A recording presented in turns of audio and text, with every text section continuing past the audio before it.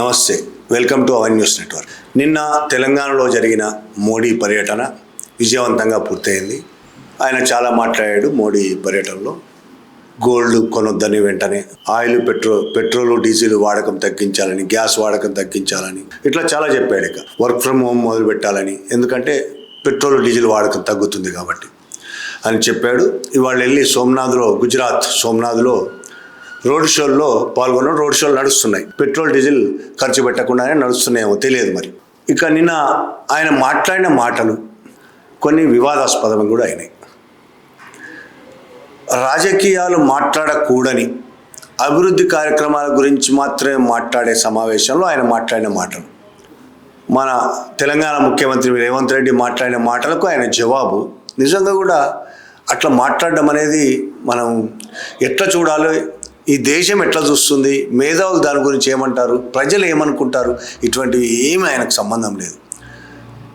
ఆయన ఒకటి ప్రతి రాష్ట్రంలో బీజేపీ గెలవాలి, ప్రతి రాష్ట్రంలో బీజేపీ గెలిచినా గెలవకపోయినా గెలిచిన వాళ్ళందరూ బీజేపీలో చేరాలి, ఏ పార్టీలో గెలిచినా విపక్ష ముక్త భారతదేశం రావాలి, అది ఆయన కోరిక. సరే, ఏం జరిగింది?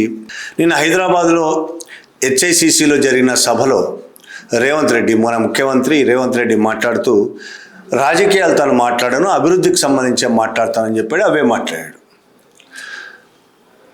తెలంగాణ రాష్ట్రం 2034 కల్లా $1 ట్రిలియన్ ఎకానమీని సాధించాలని లక్ష్యంగా పెట్టుకుందని, అదే 2047కు $3 ట్రిలియన్ ఎకానమీ సాధించాలనేది లక్ష్యంగా పెట్టుకుందని ప్రకటించాడు.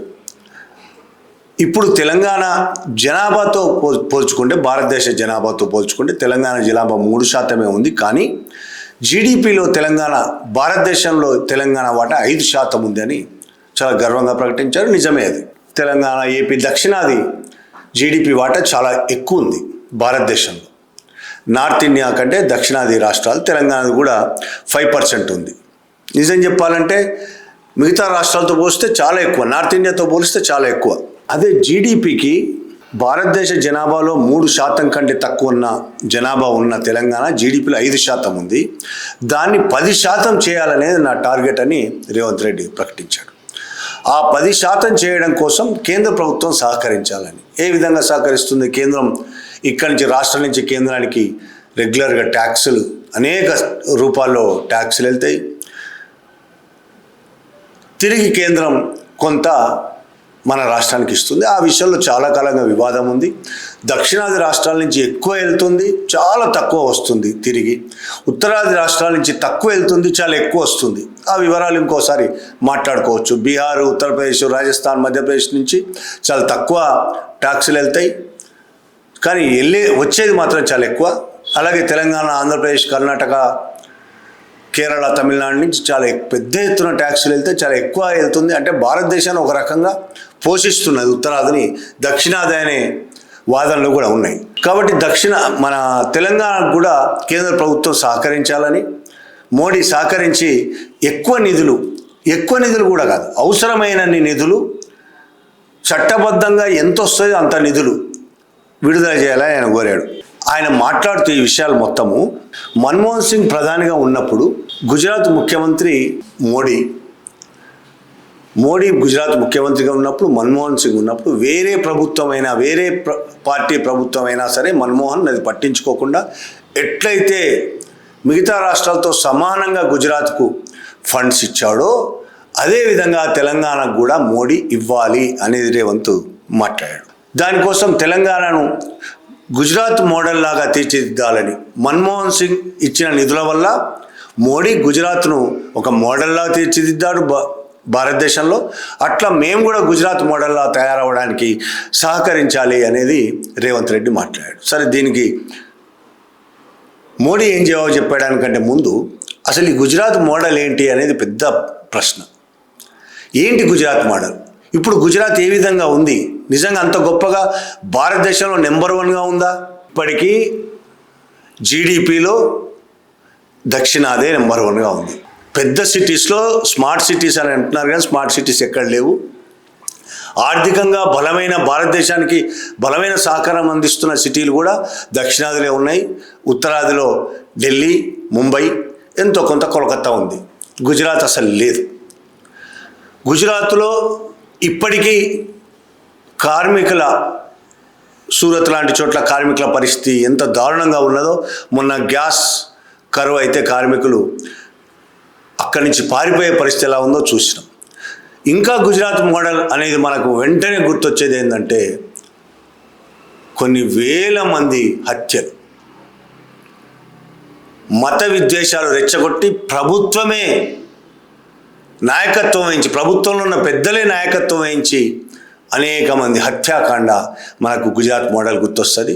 రేవంత్ రెడ్డి అలాంటి గుజరాత్ మోడల్ కావాలనుకుంటున్నాడా? ఆయనే చెప్పాలి మరి గుజరాత్ మోడల్ అంటే ఏందో.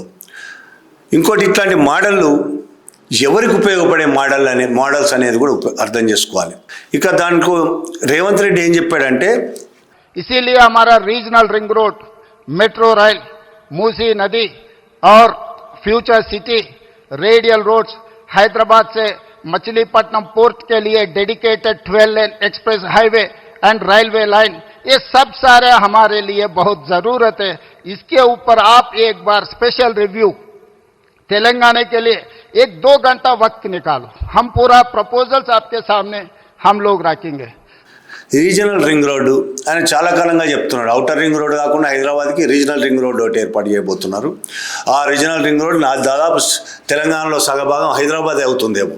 ఇక తెలంగాణ ఉంటుందో ఉండదో రేపు ఓన్లీ హైదరాబాదే ఉంటుందో. అట్లా regional ring road, metro rail phase 2, Musi నది పునరుజ్జీవనం, ఫ్యూచర్ సిటీ, రేడియల్ రోడ్లు, హైదరాబాద్ మచిలీపట్నం కనెక్టివిటీ, ఈ మొదలైన ఇట్లా ఇంకా కొన్ని ఉన్నాయి. ఇవన్నీ త్వరగా క్లియర్ చేయాలి.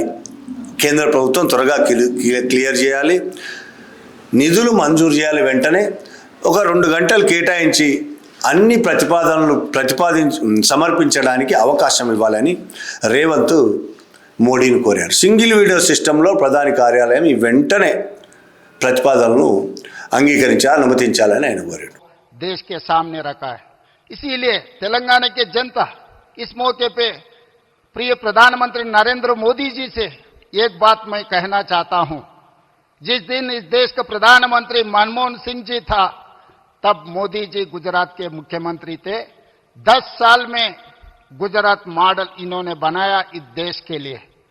आज 4 करोड़ तेलंगाना जनता भी वही उम्मीद रख के चल रहा है.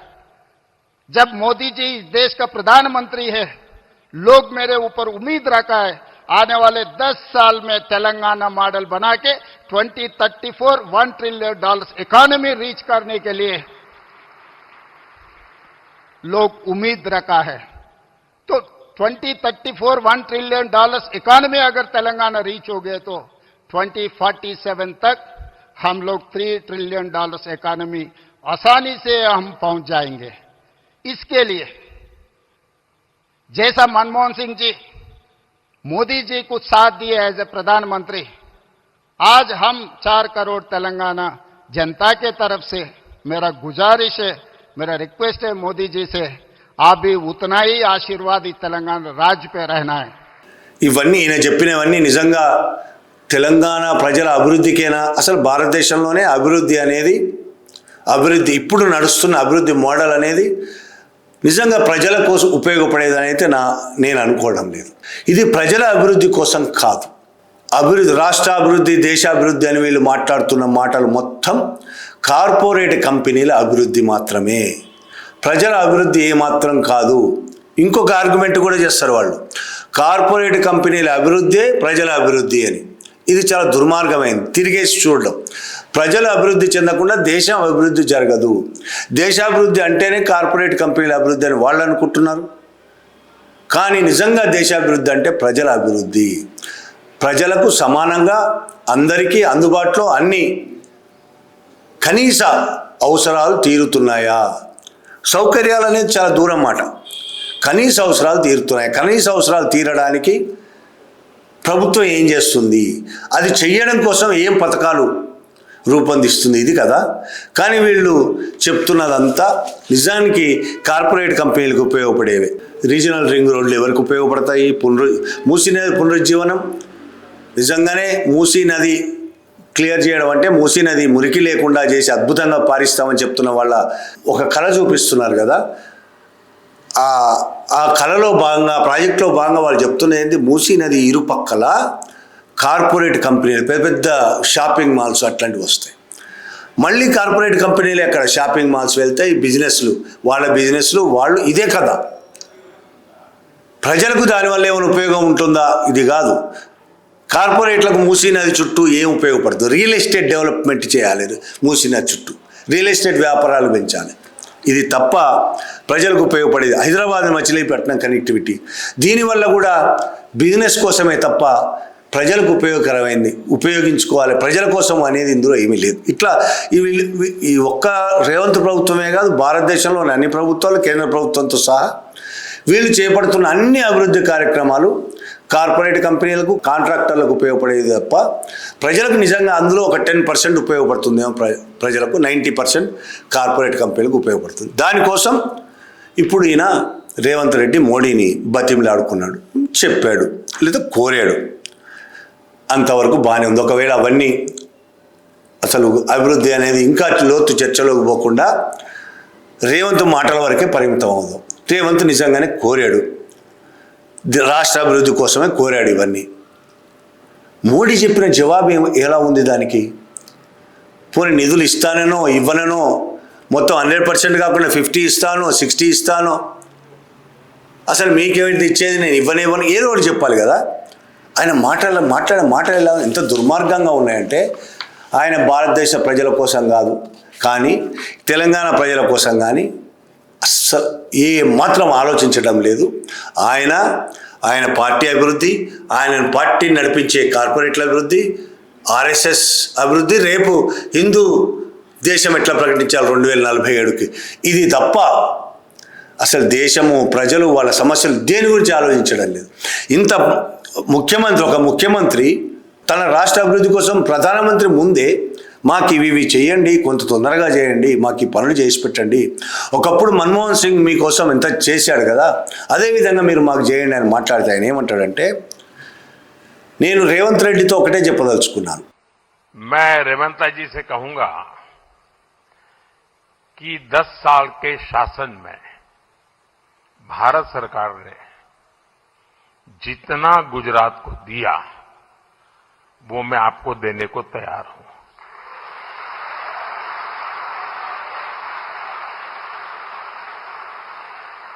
लेकिन मेरी जानकारी से मैं आपको बता देता हूं कि जैसे ही मैं ऐसा करूंगा आपको जो अभी मिल रहा है वो आधा हो जाएगा.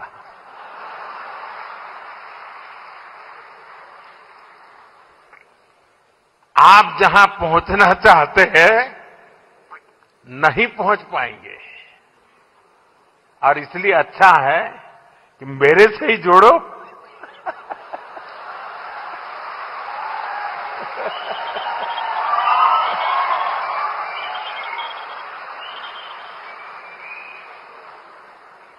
ఈ 10 ఏళ్ల పాలనలో భారత ప్రభుత్వం ఎంతైతే గుజరాత్కి ఇచ్చిందో, ఆయన మళ్ళీ మన్మోహన్ సింగ్ ఇచ్చిన దాని గురించి రేవంత్ మాట్లాడితే ఈయన తాను గుజరాత్కి ఇచ్చిన దాని గురించి మాట్లాడుతున్నాడు. ఈ 10 ఏళ్ల పాలనలో భారత ప్రభుత్వం గుజరాత్కి ఎంతైతే ఇచ్చిందో అంత మీకు ఇవ్వడానికి సిద్ధంగా ఉన్నా. చాలా ఆనందకరమైన విషయం అని అందరూ అనుకుంటారు. ఎక్కడ లిటిగేషన్ ఉంది. కానీ నాకున్న సమాచారం ప్రకారం నేను అలా చేయగానే మీకు చేరింది సగం అయిపోతుంది. మీరు ఎక్కడికైతే వాటిని చేర్చాలి అనుకుంటున్నారో అవి అక్కడికి చేరవు. నేను నిధులు ఇచ్చినా అవి ప్రజలకు చేరాలనుకుంటున్నా అక్కడికి చేరవు. మీరు ఏం చేయాలనుకుంటున్నారు అవి చేయలేరు. మీరు నిధులు ఇచ్చినా ఎందుకు పనికిరావు. అవి పనికి రావాలంటే, ఆ నిధులు అందరికి ఉపయోగపడాలంటే, ఈ రాష్ట్రం బాగుపడాలంటే, అంటే నేను నిధులు ఇవ్వాలంటే, లాస్ట్కి ఏంటంటే నేను నిధులు ఇవ్వాలంటే మీరు నాతో కలవాలి. అంటే ఏంటి అర్థం? రేవంత్ రెడ్డి నువ్వు వచ్చి బీజేపీలో చేరు, అంతకు మించి ఏం అర్థం లేదు ఇందులో. నీకు నిధులు కావాలంటే నువ్వు వచ్చి బీజేపీలో చేరు, లేదంటే నిధులు ఇవ్వను. స్పష్టంగా చెప్తున్నాడు ఆయన. ఇందులో అర్థం చేసుకోకపోవడానికి ఏం లేదు. దీనికి అనేక అర్థాలు చాలామంది మేధావులు తీయొచ్చు. ఆయన అలా అనలేదు కదా, ఆయన ఇలా అనలేదు కదా, ఆయన అలా అన్నాడు కదా, ఆయన అన్నది ఒక్కటే ముక్క, నేను నీకు నిధులు ఇవ్వాలంటే నువ్వు నాతో కలవాలి, అంటే నా పార్టీలో చేరాలి, బీజేపీలో చేరితే తప్ప తెలంగాణకు నిధులు రావు స్పష్టంగా చెప్పేశాడు ఆయన. ఈ విషయంలో ఆయనకేం శశబిషాలు లేవు, ఆయన వెనక ముందు ఆడటం లేదు, ఆయన తెలంగాణ మీద ఎన్నడూ ప్రేమ కూడా లేదు, ప్రేమ చూపించలేదు కూడా ఆయన చూపించాలని కూడా కోరుకోలేదు. ఈ తెలంగాణ ప్రజల మీద చాలా ప్రేమ ఉంది అని చెప్పడానికి కూడా ఆయన ఎన్నడూ సిద్ధపడలేదు, అవసరం లేదు అనుకున్నాడు ఆయన. తెలంగాణ ఆఫ్టర్ ఆల్ అనుకున్నాడు, ఎవరినైనా కొనేయచ్చు అనుకుంటాడు మోడీ. రేవంత్ రెడ్డిని కాదుగా ఆయన తాతను కూడా కొనేయచ్చు అనుకుంటాడు. అందుకే తెలంగాణ గురించి ఎన్నిసార్లు ఎన్ని రకాలుగా మాట్లాడాడు. ప్రత్యేక రాష్ట్రం ఏర్పడితే దీని మీద నిప్పులు పోసుకున్నాడు, కళ్ళల్లో నిప్పులు పోసుకున్నారు బీజేపీ వాళ్ళందరూ, మోడీ కానీ. సుష్మా స్వరాజ్ ఆ బిల్లుకు సపోర్ట్ చేస్తూ పార్లమెంట్లో మాట్లాడింది, బీజేపీయే సపోర్ట్ చేసింది. అప్పుడు ఈ మోడీ ఇంకా గుజరాత్లో ఉన్నాడు. అయినా సరే మోడీ ప్రధానమంత్రి అయినప్పటి నుంచి తెలంగాణ మీద ఏడుపు తప్ప ఇంకోటి లేదు, రోజు ఏడుపే. ఇక్కడికి వస్తే ఏడుపే, ఏపీకి వెళ్తే ఇంకదే పని, ఏపీలో ప్రజలను రెచ్చగొట్టి తెలంగాణకు వ్యతిరేకంగా మాట్లాడతాడు. మళ్ళీ ఎన్నిసార్లు మాట్లాడాడు, 2014 ఎన్నికలు అప్పటి నుంచి మొదలు పెడితే ఇప్పటిదాకా మాట్లాడుతూనే ఉన్నాడు ఆయన. 2014 ఎన్నికల్లో కర్ణాటక గుల్బర్గాలో, ఆంధ్రప్రదేశ్లో తిరుపతిలో మాట్లాడాడు. ప్రత్యేక తెలంగాణ రాష్ట్రం ఏర్పాటు గురించి, పార్లమెంట్లో చట్టం చేయడం గురించి, బిల్లు పాస్ అవ్వడం గురించి ఆయన మాట్లాడాడు. తల్లిని చంపి బిడ్డను బయటకు తీసిండ్రు అనే మాట ఆయన స్పష్టంగా అన్నాడు. తల్లిని చంపి బిడ్డను బయటకు తీసిండ్రు, హత్య చేసిండ్రు అని ఆయన మాట్లాడాడు. ఆంధ్రప్రదేశ్ విభజన అనేది హత్య, ఆయన చాలాసార్లు ఈ విధంగా ఆంధ్ర ప్రజలకు అన్యాయం చేసింది కాంగ్రెస్ పార్టీని విమర్శించడానికి తెలంగాణ అవమానించాడు. దశాబ్దాల తరబడి తెలంగాణ పోరాటాన్ని, ప్రజల డిమాండ్ని, ప్రజల ఆశలని, ప్రజల త్యాగాలని అవమానించాడు అనేక సార్లు. పార్లమెంట్లో మాట్లాడి అనేక సార్లు మోడీ తలుపులేసి దౌర్జన్యాలు చేసి రకరకాల దుర్మార్గంగా దౌర్జన్యంగా తెలంగాణ ఏపీని ఆంధ్రప్రదేశ్ని విభజించారు అని మాట్లాడాడు. ఒకసారి కాదు, 3 సార్లు మాట్లాడాడు. ఆంధ్రప్రదేశ్ ప్రజల అభిప్రాయమే తీసుకోలేదని మాట్లాడాడు.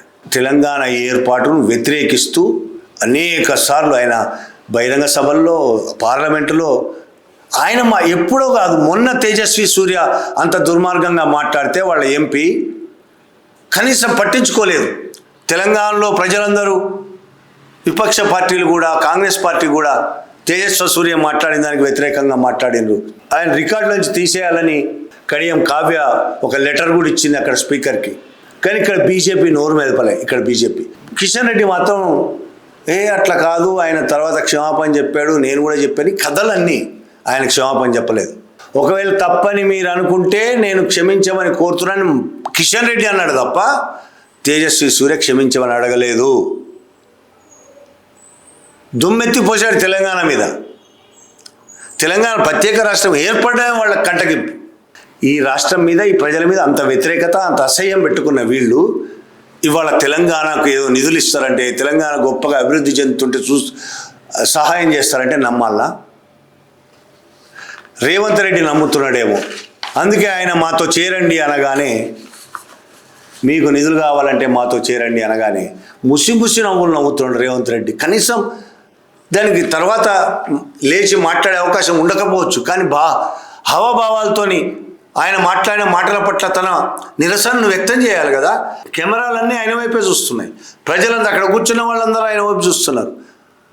మోడీ మాతో కలవండి, నిధులు ఇవ్వాలంటే మాతో కలవండి అని మాట్లాడుతుంటే రేవంత్ రెడ్డి ఏం చేయాల్సి ఉంది? అక్కడ నిజంగానే ఆత్మగౌరవం అనేది ఉంటే ఆయన ముసి నవ్వుతున్నాడు, ఆహా అని శరీరం ఇటువంటి చెప్తూ ముసి నవ్వులు నవ్వుతున్నాడు. దాన్ని ఏమనాలి? మన ఆత్మగౌరవం ఏమవుతుంది? తెలంగాణ ఆత్మగౌరవం సరే, రాజకీయ నాయకులకు ఆత్మగౌరవాలు ఉంటాయా లేవో పక్కన పెట్టండి, తెలంగాణ ప్రజలకు ఆత్మగౌరవం ఉంది కదా. నిన్ను ఎన్నుకునే తెలంగాణ ప్రజలు కదా. బీజేపీకి వ్యతిరేకంగా, బీజేపీకి సపోర్ట్గా తీర్పు ఇవ్వాలి, తెలంగాణ ప్రజలు వ్యతిరేకంగా తీర్పు ఇచ్చారు. నిన్ను బీజేపీలో చేరమని అడుగుతుంటే తెలంగాణ ప్రజలు ఎందుకు ఊరుకుంటారు? బహిరంగ సభలో రాజకీయ వేదిక కూడా కాదది. అలాంటి చోట్ల ఆయన అడుగుతుంటే ఎందుకు కనీసం బయట ఆ సమావేశం బయట కూడా తర్వాత అయినా మాట్లాడే, ట్విట్టర్లో రోజు పోస్టులు చేస్తుంటారు కదా, కనీసం ట్విట్టర్లో ఒక పోస్ట్ చేయాలి, ఈ విధంగా మోడీ మాట్లాడడం సరైంది కాదు అని ఒక మాట ఏం లేదు. కాంగ్రెస్ పార్టీ అయినా ఏమన్నా మాట్లాడిన దాని గురించి ఏం లేదు. అంటే ఏమనుకోవాలి ఇప్పుడు? రేవంత్ రెడ్డి బీజేపీలో కలవమని మోడీ ఆహ్వానించాడు. ఆయన ముసిముసి నవ్వులు చూస్తూ ఉంటే దాని గురించి వ్యతిరేకంగా ఏం మాటలు లేవు కాబట్టి, పార్టీ కూడా ఏం మాట్లాడట్లేదు కాబట్టి రేపో మాపో ఆయన బీజేపీలో చేరుతాడని మేము అనుకుంటే తప్పేమైనా ఉందా? అందులో చేరుతారా లేదా పక్కన పెట్టండి. ఇప్పుడు రేవంత్ రెడ్డికి ఆ అవసరం లేదు.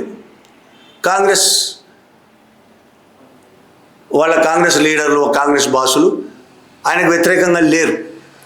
రేపు అవసరం ఏర్పడితే చేరుతాడా? అనుమానాలు వస్తాయి. మరి తెలంగాణ వ్యతిరేకమైన మోడీ తెలంగాణకు వచ్చి తెలంగాణ ప్రజలు ఎన్నుకున్న ఒక ముఖ్యమంత్రితో నువ్వు వచ్చి మా పార్టీలో చేరు అని తెలంగాణ ప్రజలను మరొక్కసారి పదే అవమానిస్తూనే ఉన్నాడు. మరొక్కసారి అవమానించి వెళ్ళిపోయాడు. Thank you very much.